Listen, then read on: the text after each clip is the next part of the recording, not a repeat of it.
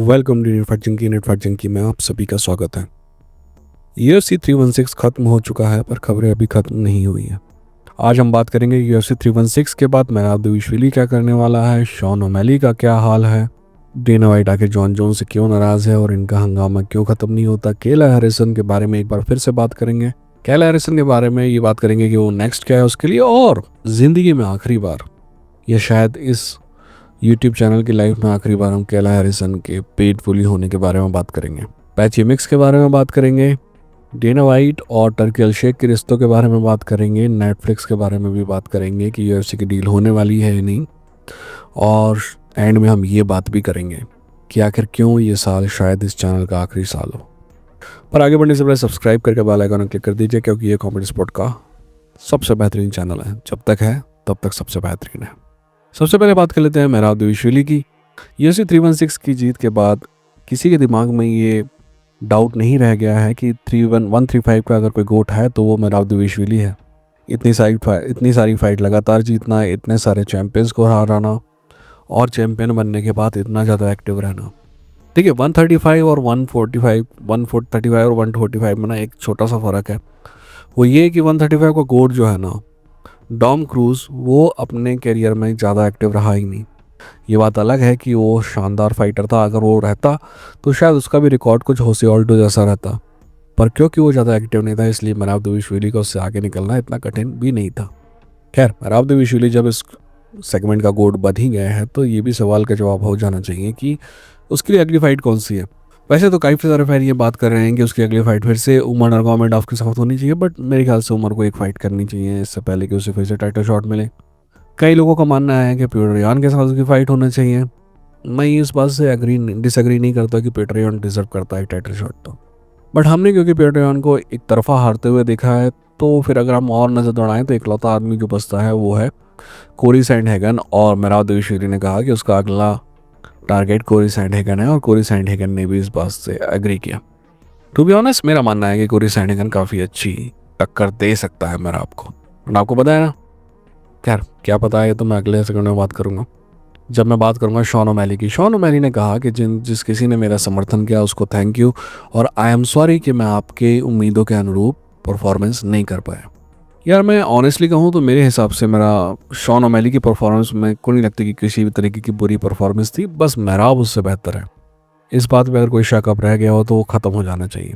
और एक बात जब मैं एनालिसिस करते समय आपको बोली थी ना कि यार हमने तो देखी है फाइट, लगभग एक तरफा फाइट थी, फिर भी माहौल बनाता है ना मीडिया कि भाई ये उनको फाइट आ रही ना, चांसेस हैं, देखना पिछला शॉन ओमैली इंजर्ड था, ऐसा था वैसा था। शॉन ओमैली कितने बहाने बनाए, अपनी तरफ से बहाने बना के माहौल बना देते हैं, क्योंकि अगर ये माहौल नहीं बनाएंगे तो आप पेपर व्यू क्यों खरीदेंगे। खैर, आप तो नहीं खरीदेंगे क्योंकि आप तो फोकट ही हैं मेरी तरह, बट दुनिया भर में लोग पेपर व्यू खरीदते हैं, इसलिए ऐसा माहौल बनाया जाता है। और ऐसा माहौल एक ही चीज़ में नहीं बनाया जाता, हर चीज़ में मीडिया आपको माहौल बनाता है और आप चुचे टाइप बह जाते हैं उसमें। मैं आपकी पर्टिकुलर बात नहीं कर रहा हूँ, नॉर्मल जनता की बात कर रहा हूँ। अब सवाल ये उठता है कि शॉन ओमैली के लिए भविष्य कहाँ है। मेरे ख्याल से शॉन ओमैली का भविष्य जो है वो 145 में है। मेरे हिसाब से शॉन ओमैली के पास बॉडी भी है, 145 लाइक 5 फुट 11 इंच का है। शॉन ओमैली का बॉडी फ्रेम भी चौड़ा है, तो मेरे ख्याल से अगर उसका शरीर अच्छे से भरेगा तो 145 में ठीक ठाक फाइट वो कर सकता है। और तो और अब जब कभी आप अपना डिवीज़न चेंज करते हो ना, जैसे वो डिवीज़न चेंज करके 135 से 145 में जाएगा ना, तो उसकी जो 2 हार हैं लगातार मैराव से वो भूल जाएगा। क्योंकि अगर वो यहीं रहेगा ना तो उसको कम से कम 3 से 4 फाइट फिर से जीतनी पड़ेंगी टाइटल के लिए, कंटेंट करने के लिए। और तो और गलती से अगर मैराव फिर से हार गया ना कहीं किसी से, तो मैराव को रीमैच मिलेगा तो उसको भी वेट और करना पड़ेगा। इससे अच्छा है कि डिवीज़न चेंज ऐसे ही करते हैं ना, तो चेल सानिन जैसा कहता है ना कि आप में एक नया कोट आ जाता है पेंट का, आप बिल्कुल नए नवेली लगने लगता है। खैर, फिलहाल हमें शॉन ओमैली को उसकी हालत पे छोड़ देना चाहिए। वो क्या डिसीजन लेगा नहीं लेगा हमें वो जल्द बता देगा। फिलहाल हम तीसरी खबर की तरफ चलते हैं।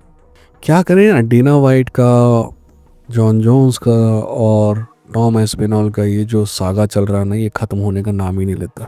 हाल ही में 2-3 चीज़ें जो नई खबर आई वो ये है, एक तो जॉन जोन्स ने एक चीज़ का जवाब देते हुए कहा कि अगर कोई मुझे कहेगा विकेट करने को बेल्ट तो मैं कर दूंगा, मेरे को कोई घंटा फर्क नहीं पड़ता इससे।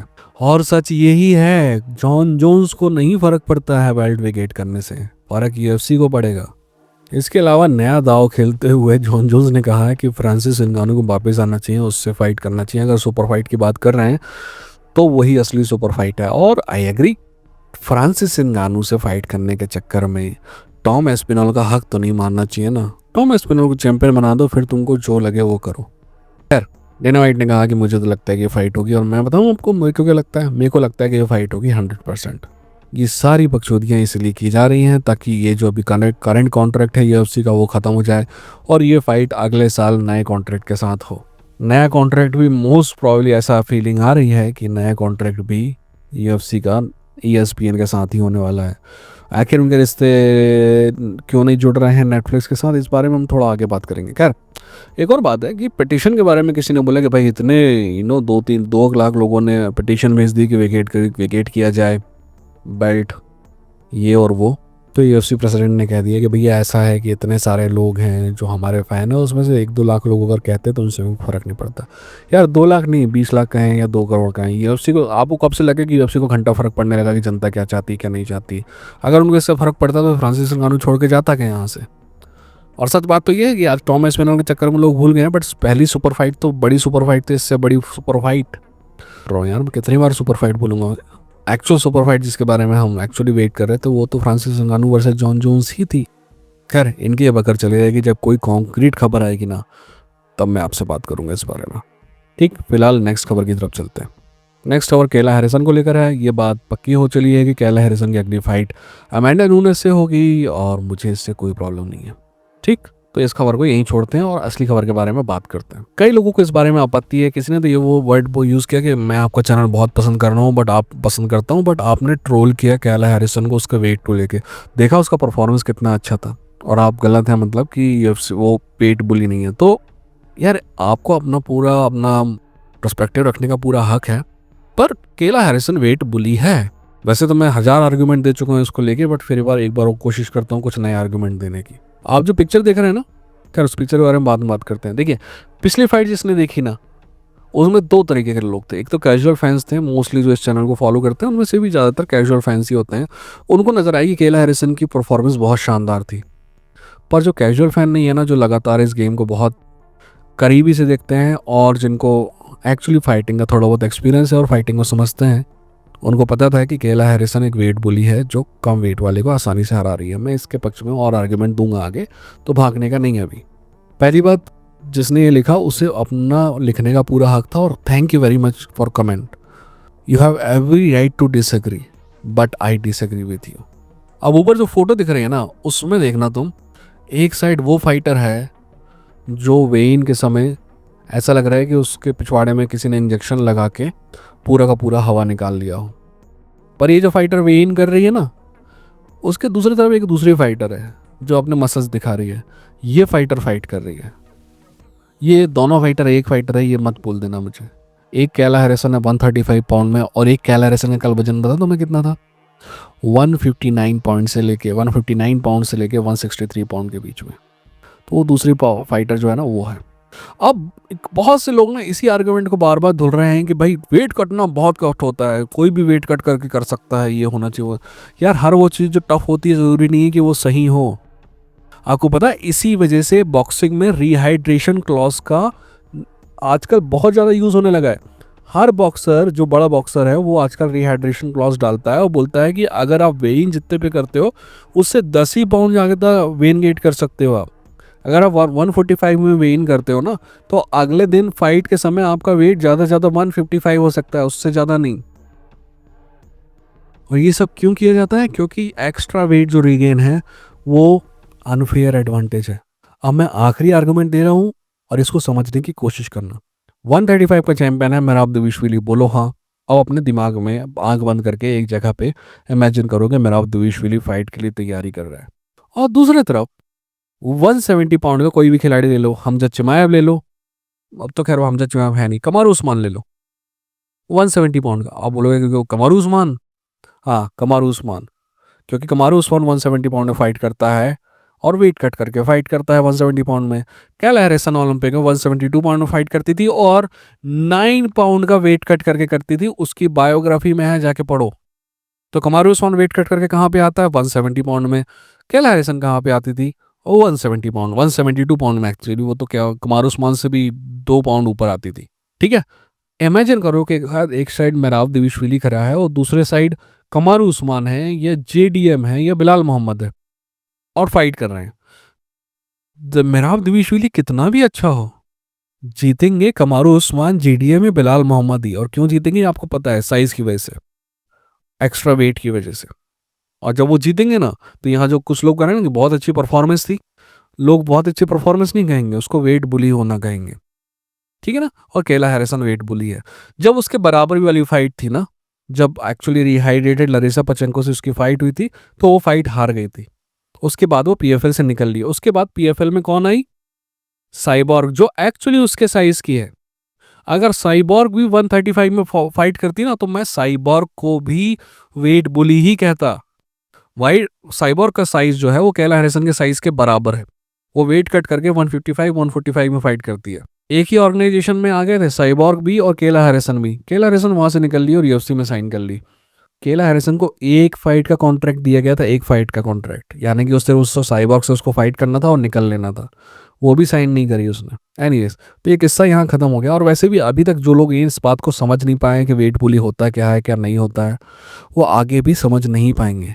बट आप इस बात को नोट करके रख लीजिए, जब आप ज़िंदगी में आगे बढ़ेंगे ना, थोड़ी और समझ आएगी, तो आप इस बात को समझेंगे कि मैं क्या कह रहा था। ठीक है, फिलहाल हम अगली खबर की तरफ बढ़ते हैं।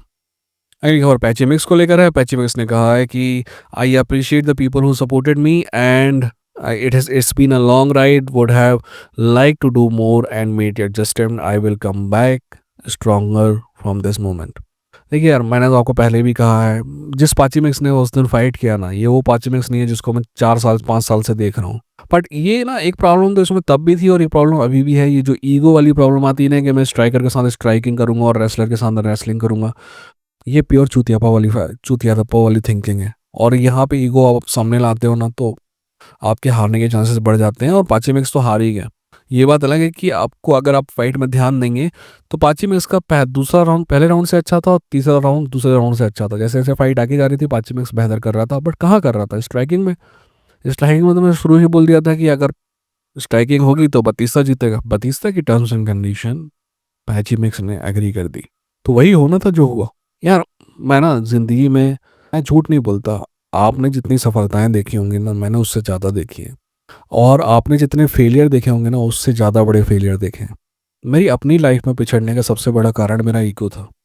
यार ये दुनिया, फाइट वाइट, ये सब ना एक जैसी ही चीज़ें हैं।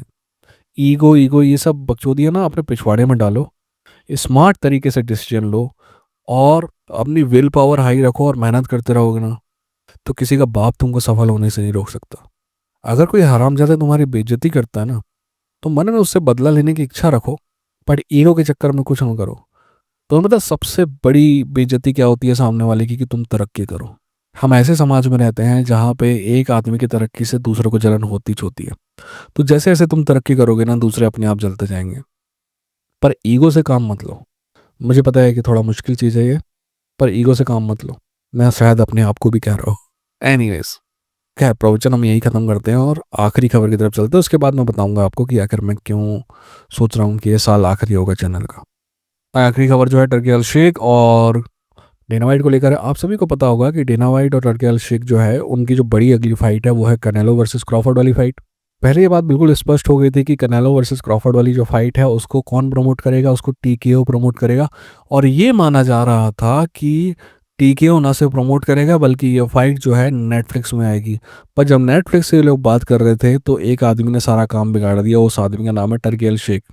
इसके बाद टर्की ने यह बोला कि शेला सेला करके जो कंपनी है वो प्रमोट करेगी क्रॉफर्ड वर्सेस कनेलो। पर फिर डेना वाइट ने क्लियर किया है कि भाई मैं ही प्रमोट करने वाला हूँ फाइट, टेंशन नहीं लेने का, मैं बताऊंगा तुमको कि क्या हो रहा है कैसा हो रहा है। अब इस फाइट के बारे में जब बात कर रहा था ना टीकेओ नेटफ्लिक्स से, तब उनको पता चला कि नेटफ्लिक्स एक्चुअली सिर्फ बड़ी बड़ी फाइट में इंटरेस्टेड है। यानी कि यूएफसी को समझ में आ गया कि वो यूएफसी के पेपर व्यू के लिए तो इंटरेस्टेड है, बट यूएफसी फाइट नाइट को लेके उनको कोई ज़्यादा इंटरेस्ट है नहीं। तो ये लोग जो ऊपर ऊंची और जो बात कर रहे थे ना, ईएसपीएन से वापस से अच्छे से बात करने लगे, क्योंकि ईएसपीएन के अलावा इनके पास अब ज़्यादा ऑप्शन बचे नहीं है। खैर, ये क्या होता है क्या नहीं होता, मेरे ख्याल से अक्टूबर तक हमको पता चल जाएगा कि अगले साल 2026 में किस जगह पे हमको देखना पड़ेगा यूएफसी। खैर, हमको तो मेरे ख्याल से अभी 2026 का भी कॉन्ट्रैक्ट सोनी लिव के पास ही है, तो हमको तो कोई दिक्कत नहीं है। बट दुनिया भर की जो लोग ESPN में देखते हैं उनको कहाँ देखना पड़ेगा। ठीक है, खैर एंड में बात कर लेते हैं इस चैनल की।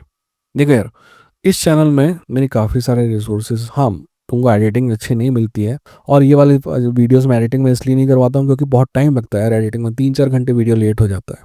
हाँ, दूसरे टाइप के जो वीडियो हैं उनमें मैं एडिटिंग यूज़ करूँगा। तो यार मेरी ना काफ़ी एफर्ट लगी है और काफ़ी सारा समय लगता है हर दिन का, और मुझे ना जितनी सफलता मिलनी चाहिए थी वो मिल नहीं रही। मैं इसके लिए किसी को दोष नहीं देता। देखिए, मार्केट को एक पर्टिकुलर टाइप की वीडियो पसंद है, लोग एक पर्टिकुलर टाइप की वीडियो देखते हैं, और मैं यार वैसा बात भी नहीं करता हूँ, और उस टाइप के वीडियो बनाने में ना मेरे को अपने आप से कॉम्प्रोमाइज़ करना पड़ेगा।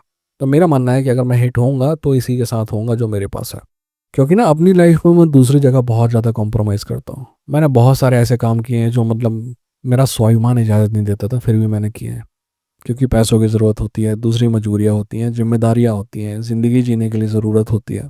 पर जब मैंने ये चैनल चालू किया था ना, तो इसलिए देख के किया था कि इस चारों तरफ टुच्चापा ही पड़ा हुआ है। अंग्रेजी की खबरें पढ़ के हिंदी में सुना देना कोई बड़ी बात नहीं होती यार। तो मैंने सोचा था कि मैं अपने तरीके से चीज़ों करूँगा और इसमें कॉम्प्रोमाइज़ नहीं करूँगा। और फिर एक और बात थी कि ये चैनल तो मैं काफ़ी पहले बंद कर चुका होता, बट मेरे जो इसमें सब्सक्राइबर है ना यार, मेरे से 10 गुना बड़े चैनल हैं, शायद 20 गुना बड़े चैनल भी होंगे MMA के इंडिया में। बट टू बी ऑनेस्ट, मेरे को नहीं लगता कि मेरे जैसे सब्सक्राइबर हैं लोगों के पास। मेरे सब्सक्राइबर एक्सट्रीमली लॉयल हैं। आप देखोगे मेरे सब्सक्राइबर 4,000 के आसपास हैं, फिर भी 1,000 के आसपास व्यूज़ मिलते हैं मेरे को हर वीडियो में। ऐसा कौन सा चैनल है दुनिया का जहाँ पे 25% व्यूज़ मिलते हैं चैनल के? मान लीजिए किसी के सब्सक्राइबर 100,000 है, तो क्या उसको हर वीडियो में 25,000 के आसपास व्यू मिल जाते हैं अपने सब्सक्राइबर से? मैं ऐसा इसलिए कह रहा हूँ क्योंकि मेरी वीडियो को मेरे सब्सक्राइबर ही देखते हैं। मेरे हर चैनल के एनालिटिक्स में जाओगे तो 95-96% सब्सक्राइबर देख रहे हैं। यूट्यूब इसी कारण भी ग्रोथ नहीं होती है कि यूट्यूब जो है नए लोगों को ऑफर ही नहीं कर रहा है। पर ये जो सब्सक्राइबर है ना, इनमें से कई लोग हैं जो आज मेरी लाइफ का हिस्सा हैं, जो मेरे को नहीं जानते थे फिर भी मेरे पे इतना भरोसा किया जिन लोगों ने। तो इन्हीं की वजह से मैं पिछले 3 साल से 2025, 2024 और 2023 ये 3 साल जो हैं, मैं सिर्फ इसीलिए चैनल में लगातार कंटेंट बनाते रहता हूँ क्योंकि ये लोग हैं। पर मेरी एक लिमिट है यार, क्या है कि मैं हर दिन जो टाइम इस चैनल को देता हूँ शायद कहीं और दूंगा तो ज़्यादा प्रोडक्टिव होगा। पर इसका मतलब ये नहीं है कि हम मेहनत ख़त्म कर देंगे, राइट। मेरा एम ये है कि अगर 10,000 सब्सक्राइबर होते हैं ना साल के अंत में भी, तो हम चलने देंगे इसको लगातार और मेहनत करते रहेंगे। बट अगर नहीं होते हैं ना, तो अगर ये चैनल बंद होता है तो आप लोग बुरा मत मानिएगा, आपका और मेरा रिश्ता इस चैनल से ख़त्म नहीं हो जाएगा। ठीक है, मैं पूरी कोशिश करूँगा, और भी जो भी चीज़ें हैं, अगर और थोड़ा बहुत खर्चा करना वाला पड़ा, अच्छा एडिटिंग करना पड़ा, कुछ और भी करना पड़ा तो मैं करूँगा। यानी कि ऐसा नहीं कह रहा हूँ कि मैं बंद कर दूंगा तो मैं बिल्कुल डिसअपॉइंटेड हूँ या डिप्रेस हूँ। मैं बोल रहा हूँ कि मैं इस चैनल को आगे बढ़ाने की पूरी कोशिश करूँगा, और अगर फिर भी नहीं बढ़ पाता है ना ये आगे, तो अपन इसको समेट के निकल लेंगे।